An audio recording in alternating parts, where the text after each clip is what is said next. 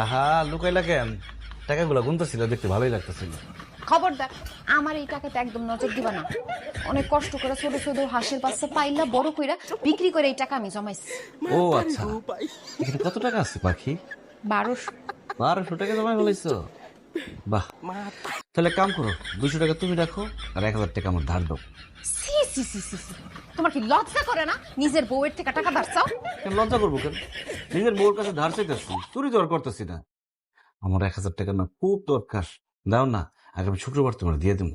আমি জীবনেও তোমার টাকা ধার দিব না। মানুষের টাকা ধার নিয়ে তুমি তারপর হ্যাঁ টাকা ফেরত দাও না। আমি তোমার ধার দিব না, কোনো দিনও না। সত্যি 1000 টাকা ধার দিবা না? না না না।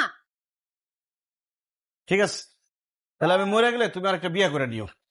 কি করতেছো তুমি? মইরা গেলে আরেকটা বিয়ে করো মানে? হ পাখি, তোমার কাছ থেকে এতদিন গোপন করছিলাম, আমার হার্টে 2টা ছিদ্র ধরা পড়ছে।